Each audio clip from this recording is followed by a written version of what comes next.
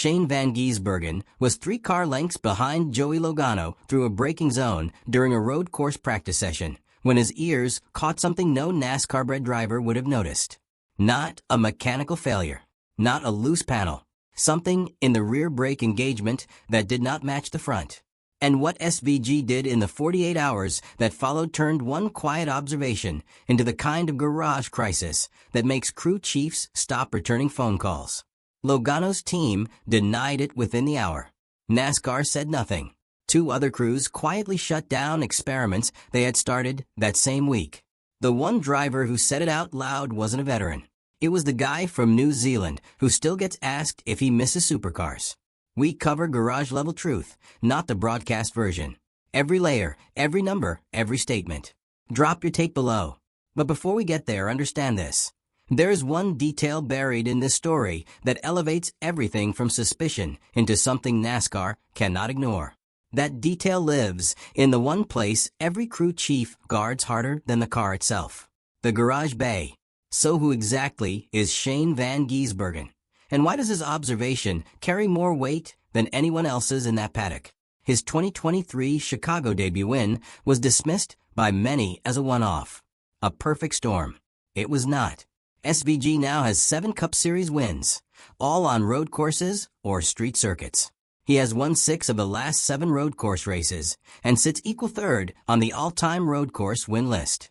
At Watkins Glen 2025, he won by 7.288 seconds and ran down Ty Gibbs by 29.2 seconds in just 18 laps. This is not luck. This is mastery. The foundation of that mastery is 15 years of supercars racing. 15 years of manual brake bias management, every single corner, every single lap.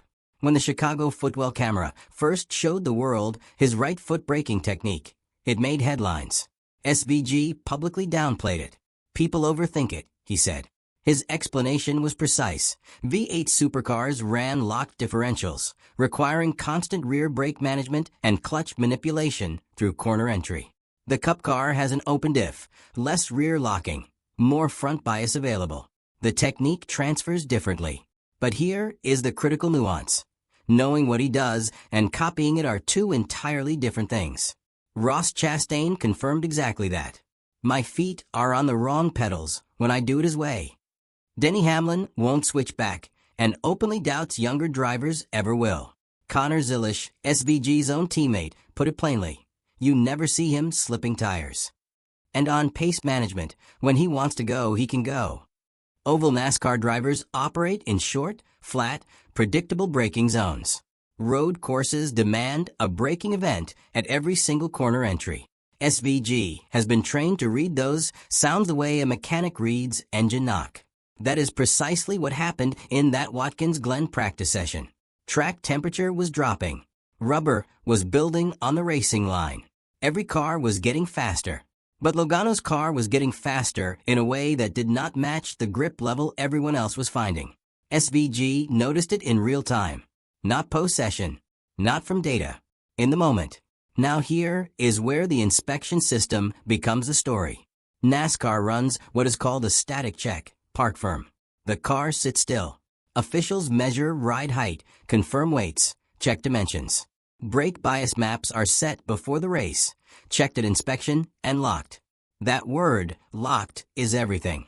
On paper, this covers everything. In practice, it covers what the car looks like when it is not moving. The gap between a parked car and a car braking into turn 7 at 140 miles per hour is a gap wide enough to hide things. Things that no amount of static inspection will ever catch. A locked map sounds uniform, consistent front-to-rear engagement. An active map sounds asymmetric. Rear fires harder. Fires late. Fires differently under load. The core question becomes unavoidable. What if the map was never actually locked? When SVG returned to the pit box, his crew chief asked the standard question. How did the car feel? SVG did not answer that question. He said 4 words. Check Logano's rear brakes. The crew chief paused. Asked him to repeat it. SVG repeated it. Then described the asymmetry, the late engagement, the rear firing harder than the front in a pattern a static map should not produce. The crew chief wrote it down, and walked toward the data trailer. Trackhouse pulled the available sector data that evening. Sector 2, the section with the heaviest braking zones. Numbers came back within an hour. SVG's engineer looked at the file, looked again, and sent a 2-word note to the competition director. Check this. SVG then skipped NASCAR entirely and walked straight to the microphones. Post-session media availability. Cameras rolling. Reporters asking about lap times and tire degradation. SVG described, in full technical detail, asymmetrical rear brake engagement, the timing, the late and aggressive firing pattern that no static map should produce. He did not say Logano's name. He did not need to. The room went quiet for 2 seconds. Not polite quiet. The quiet of people deciding whether to write it down or pretend they didn't hear it. Within 4 minutes, 3 team PR coordinators were on their phones walking toward Haller Row. Screenshots appeared in 2 private engineering group chats within 6 minutes. One engineer replied with a single line, "We suspected this in March. Now we know." One crew chief made an 11-minute phone call to a former Penske engineer. The question was simple. Is this possible? The answer was yes. That one word changed the entire garage tone by morning. Penske's response arrived within the hour. The statement called SVG's comments baseless, a misunderstanding of their setup process. But here is what the garage noticed. Penske did not say the brake bias map was static. They did not say the setup was unchanged between sessions. That is not a denial of the mechanism. That is a denial of the interpretation. In the NASCAR garage, that distinction is everything. Not one driver publicly backed Penske's statement. Not a teammate. Not a rival. Not a 20-year veteran. Every driver in that garage had watched Penske's cars break into road course corners and wondered.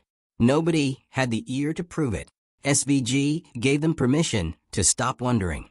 At the following race weekend, crew chiefs, who normally walked pit road with heads down, were watching other teams' bays.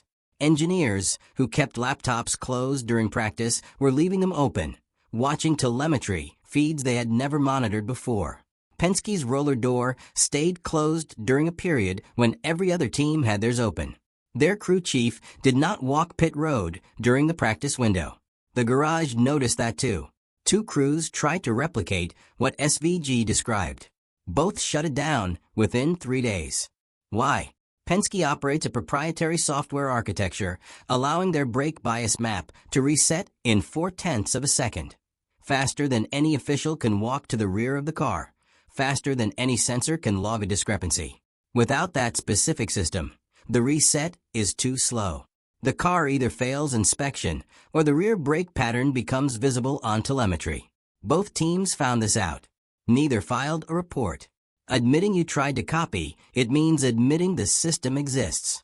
Admitting it exists means admitting NASCAR's inspection has a hole. The Trackhouse data file went to their competition director, then their legal team, then into a locked folder. Penske's 3 public statements never addressed what that file contained. Not once. The data itself was damning. Logano's sector 2 times were consistently 0.3 of a second faster than the next fastest car. Not in qualifying, not on fresh tires, but in race trim, dirty air, and used rubber. The mechanism. His brake bias map shifted rear brake pressure above a specific speed threshold. When it shifted, the rear of the car dropped approximately 1/2 inch. That 1/2 inch loaded the rear diffuser, generating more downforce on the rear axle, more mechanical grip through turn-in. The car braked sharper, turned sharper, exited with more drive. Then, for 0.1 of a second before reaching the inspection zone, the map reset. Rear ride height back to spec. Brake balance back to normal. The car looks clean. The data looks clean. The ride height reads within spec. Because by the time anyone looks, the map has already reset. The championship math is where this becomes impossible to dismiss.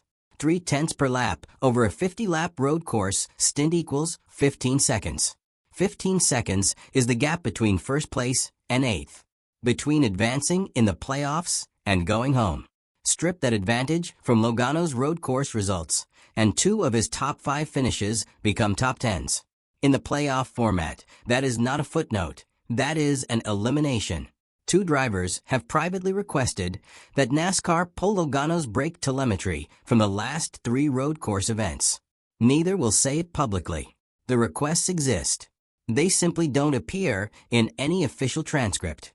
NASCAR's rulebook has no provision for this, not because it is poorly written, but because it was built for an era when nobody imagined a team could reset a map faster than an inspector can walk. Per official communication that week, no formal protest received regarding brake bias irregularities. No protest. No investigation. No conversation. NASCAR now has 2 choices. Close the loophole and acknowledge the inspection process has carried a gap for at least 1 full season. Or do nothing and watch every team in the garage build their own version before mid-season. Because now they know it is possible. SVG made sure of that. He didn't just expose Penske. He handed every crew chief in the garage a blueprint. And SVG is not standing still either. At Nashville, he posted a career-best oval top 5 and traded the lead with Kyle Larson. At North Wilkesboro, he led 49 laps, passed Denny Hamlin for the lead, and sealed another top 5 on a short track. "We had a bad couple of months. Feels like it's turned around," SVG said. Crew chief Stephen Doran was direct. "Top 10s are now the benchmark for us on ovals." SVG now sits 54 points above the provisional chase elimination line. This is a driver building toward a full championship run. The next time SVG and Logano share a braking zone, every engineer in that garage will be watching the telemetry, not because they trust NASCAR to catch it, but because they trust SVG's ears. NASCAR built a rulebook that assumes brake bias is static. They built an inspection process that assumes the car does not change between checks. Penske built a system that exploits both assumptions simultaneously. And it took a driver from New Zealand in his second full Cup season to say it out loud, in front of 3 recording devices, while the rest of the garage stayed quiet. If a driver can hear what race control cannot see, the inspection process has a problem. If this channel is doing what we set out to do, giving you the garage-level truth that never makes the broadcast, a like and a subscribe genuinely means everything right now. We are a new channel working toward 2,000 subscribers, and every single one of you gets us closer to covering more stories like this one. It costs nothing. It means a lot. Hit subscribe if garage-level truth matters to you. Next week, we break down the Sonoma braking zone data, where SVG is still losing 2-10 to Logano's teammate in the same type of corner. What that means for the road course championship picture is something nobody is talking about yet. This story is not over, and the next detail is bigger. Now here is the question for you. Drop a wrench if you think Penske crossed the line, or a checkered flag if you think this is just smart engineering. And tell us exactly why in the comments. Where do you stand on this?